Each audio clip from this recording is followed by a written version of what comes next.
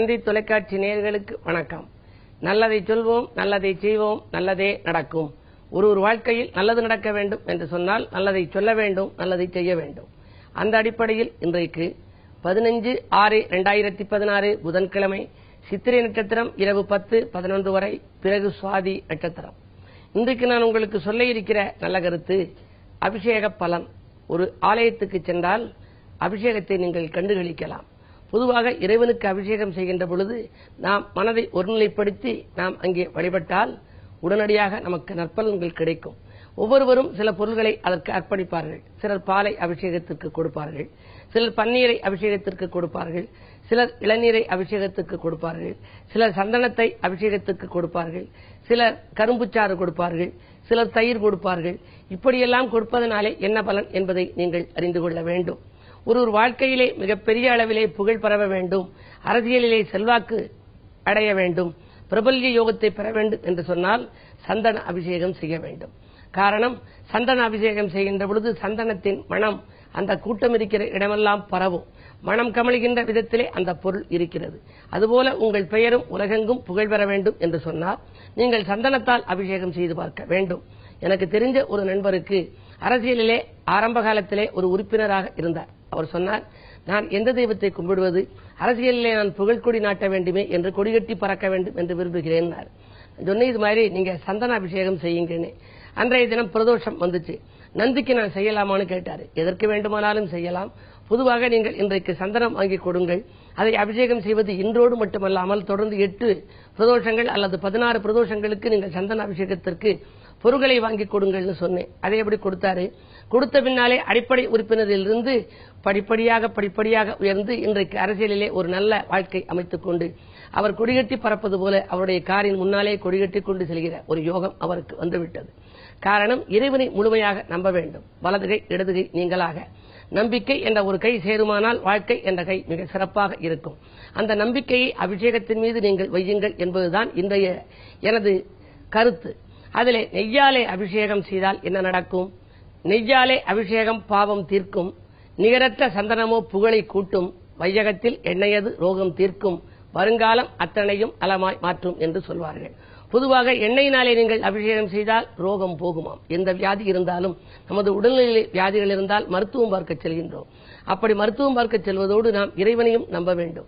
இறை வழிபாட்டிலும் நீங்கள் அபிஷேகத்திற்கு எண்ணெயை எடுத்துக் கொடுத்தால் அதன் மூலமாக ரோகம் நிவர்த்தியாவதற்கான ஒரு வழி பிறக்கலாம். இப்படி அபிஷேகத்திற்கென்று தனி பலன்கள் இருப்பதை அறிந்து கொள்ளுங்கள். உங்கள் ஜாதக ரீதியாகவும் நீங்கள் அறிந்து அபிஷேக பலனை அறிந்து செய்தால் உங்கள் வாழ்க்கையிலும் நல்ல சம்பவங்கள் நடைபெறும் என்ற கருத்தை தெரிவித்து இனி இன்றைய ராசி பலன்களை இப்பொழுது உங்களுக்கு வழங்கப் போகின்றேன். மேசராசி நேயர்களே, இன்றைக்கு உங்கள் ராசிநாதன் செவ்வாய் வக்ர இயக்கத்தில் இருக்கிறார். அவரோடு இணைந்து சனியும் 8ஆம் இடத்திலே வக்ரம் பெற்றிருக்கிறார். அஷ்டமுத்து சனியின் ஆதிக்கம் இருக்கின்ற பொழுது சுப விரயங்களாக நீங்கள் செய்ய வேண்டும். இல்லை என்றால் வீண் விரயங்கள் வந்துவிடும். எனவே வரன்கள் வாயில் கதவை தட்டுகிற நாளாக இந்த நாளை கருதலாம். வரும் வரன்களை விரைவில் பேசி முடித்துக் கொள்வது நல்லது. புதனுடைய பார்வை இருப்பதால் விலகிச் சென்ற சொந்தங்கள் விரும்பி வந்து சேரும். வியாபார வளர்ச்சியில் சில தடைகள் ஏற்படலாம். வளர்ச்சி எதிர்பார்த்தபடி அமைய வேண்டும் என்று சொன்னால் வழிபாட்டிலே கவனம் செலுத்த வேண்டும். இன்றைக்கு கிழமையின் அடிப்படையிலே பார்த்தால் புதன்கிழமை. எனவே இன்றைக்கு பெருமாள் வழிபாடும் அனுமன் வழிபாடும் உங்களுக்கு பெருமைகளை சேர்க்கும். மாலை நேரத்தில் வரும் பயணங்களை மாற்றியமைத்துக் கொள்வதுதான் நல்லது. ரிஷபராசி நேயர்களே, நல்லவர்களின் தொடர்பால் நலம் காணுகின்ற நாள். நாட்டுப்பற்று மிக்கவர்கள் உங்களுக்கு ஒத்துழைப்பு செய்வார்கள். ராசிநாதன் சுக்கிரன் 2ஆம் இடத்திலும் 2ஆம் இடத்திற்கு அதிபதியான புதன் உங்கள் ராசியிலும் பரிவர்த்தனை யோகம். எனவே பணவரவு திருப்திகரமாகவே இருக்கிறது. குடும்ப முன்னேற்றம் கருதி எடுத்த முயற்சிகளில் வெற்றி கிடைக்கும். மணமாலை சூடும் வாய்ப்பும் உங்களுக்கு கைகூடி வரலாம். கடன் சுமை குறையும், கவலைகள் தீரும். அந்நிய தேசத்திலிருந்து கூட அனுகூல தகவல்கள் வந்து சேரலாம். பெண்வெளி பிரச்சனைகள் அகலும். இன்றைக்கு ஒரு இனிய நாளாகவே கருதலாம். மிதுனராசி நேயர்களே, உங்களுக்கெல்லாம் பற்றாக்குறை அகலும் நாள். பணவரவு திருப்திகரமாகவே இருக்கிறது. பக்கபலமாக இருக்கும் நண்பர்கள் உங்கள் சிக்கல்கள் தீர வழிவகுத்துக் கொடுப்பார்கள். திடீர் பயணங்கள் உண்டு. இடமாற்றம், வீடு மாற்றங்கள் உங்களுக்கு உருவாகலாம். அது மட்டுமல்ல, உத்தியோகத்தில் உள்ளவர்களுக்கு உத்தியோக மாற்றங்கள் எதிர்பார்த்தபடியே வந்து சேரும். இலாகா மாற்றங்களை எதிர்பார்த்தவர்களுக்கு அதுவும் கிடைக்கலாம். ஏனென்றால் ராசிநாதன் 12ஆம் இடத்திலே பயணஸ்தானத்தில் சஞ்சரிக்கின்றார். 3லே குரு இருப்பதால் விலகிச் சென்ற உடன்பிறப்புகள் விரும்பி வந்து சேருவர். கடகராசி நேயர்களே, உங்களுக்கெல்லாம் மக்கள் செல்வங்களின் மனவாழ்வு பற்றி சிந்திக்க வேண்டிய நாள். இன்றைக்கு உங்கள் மக்கள் செல்வங்களை பற்றிய சிந்தனை மேலோங்கும். கல்விக்காக எடுத்த முயற்சி கைகூடும். கல்யாண வாய்ப்பு கருதியும் எடுத்த முயற்சியும் கைகூடலாம். 8லே கேது இருப்பதால் ஏற்றமும் இரக்கமும் வந்து கொண்டே இருக்கிறதே என்று கவலைப்படுவீர்கள். தொழிலில் ஒரு நாள் நல்ல வரவு உண்டாகும், ஒரு நாள் வரவில்லாமல் செலவாகிக் கொண்டே இருக்கும். இந்த நிலை மாற வேண்டும் என்றால் சர்ப்பதோஷத்தின் பிடியில் சிக்கிய நீங்கள் சர்ப்பசாந்தி பரிகாரங்களை செய்ய வேண்டும். நாகசாந்தி செய்தால் நன்மைகள் கிடைக்கும். சிம்மராசி நேயர்களே, உங்களுக்கெல்லாம் பூமி விற்பனையால் பொருளாதார நிலை உயர்கின்ற நாள். என்றைக்கோ வாங்கி போட்ட இடம் இன்றைக்கு பல மடங்கு அதிகமாக விற்கப் போகின்றது. அதன் விளைவாக வரும் பொருளை கொண்டு தொழில் செய்யலாமா என்று சிந்திப்பீர்கள். அரசியல் அனுகூலமும் உண்டு. அரசியல்வாதிகளாலும் உங்களுக்கு அனுகூலங்கள் கிடைக்கலாம். ராகு லக்னத்திலேயே, அதாவது உங்கள் ராசியிலேயே இருப்பதால் யோகங்கள் அடுக்கடுக்காக வந்து கொண்டே இருக்கும் நாள் இந்த நாள். கன்னிராசி நேயர்களே, உங்களுக்கெல்லாம் வரவு திருப்தி தரும் நாள். வருங்கால நலன் கருதி எடுத்த முயற்சிகளில் வெற்றி கிடைக்கும். பாதியில் இந்த பணியை மீதியும் தொடரப் போகின்றீர்கள். புதிய பங்குதாரர்கள் வந்திணைந்து உங்கள் பொருளாதாரத்தை பெருக்கிக் கொடுக்க முன்வருவார்கள். 3ஆம் இடத்திலே செவ்வாய் சனி முற்றுகையிட்டிருப்பதால் உடன்பிறப்புகளோடு கொஞ்சம் அனுசரித்துக் கொள்வது நல்லது. என்ன இருந்தாலும் உடன்பிறப்புகள் உங்களுக்கு உறுதுணையாக இருப்பார்களா என்பது சந்தேகம்தான். மனையில் மங்கள ஓசை கேட்பதற்கான அறிகுறிகள் மாலை நேரத்தில் தென்படுகின்றன. துலாம் ராசி நேயர்களே, உங்கள் ராசிக்கு காலை 8:52க்கு மேல் சந்திரன் உலா வரப்போகின்றார். எனவே இந்த நாளை இனிய நாளாக நீங்கள் அமைத்துக் கொள்ள நீங்கள் வழிபாட்டில் கவனம் செலுத்துங்கள். பயணங்களால் உங்களுக்கு பலன் கிடைக்கும். பக்குவமாக பேசி சில காரியங்களை நீங்கள் சாதித்துக் கொள்ள வேண்டிய சூழ்நிலை உருவாகலாம். தேசப்பற்று மிக்கவர்கள் உங்களுக்கு வேண்டிய உதவிகளை செய்து கொடுப்பார்கள். நல்லவர்களின் தொடர்பால் நலம் காணப் போகின்றீர்கள். 2லே செவ்வாய் சனி இருப்பதால் கோபத்தை கொஞ்சம் குறைத்துக் கொண்டு செயல்படுவது நல்லது. உதிரி வருமானங்கள் உங்களுக்கு குழந்தைகள் மூலமாகவும் வந்து சேரலாம். கூட இருப்பவர்கள் மூலமாகவும் வந்து சேரலாம். மறைந்த புதனால் இணைந்த தனலாபம் கிடைக்கும். இந்த நாளில் கிழமையும் புதன் என்பதால் இன்று மாலை நேரத்தில் ஆஞ்சநேயர் வழிபாட்டை மேற்கொள்ளுங்கள். ஆனந்தமான வாழ்க்கையை அமைத்துக் கொள்ள இயலும். விருச்சிக ராசி நேயர்களே, உங்களுக்கெல்லாம் மனதில் நினைத்ததை மறுகணமே செய்து முடிக்கும் நாள். மாலை சூடும் வாய்ப்பும் உங்களுக்கு வரும். வேலை கிடைக்கும் வாய்ப்பும் உங்களுக்கு வரலாம். 10லே குரு பகவான் வலுப்பெற்றிருக்கிறார்.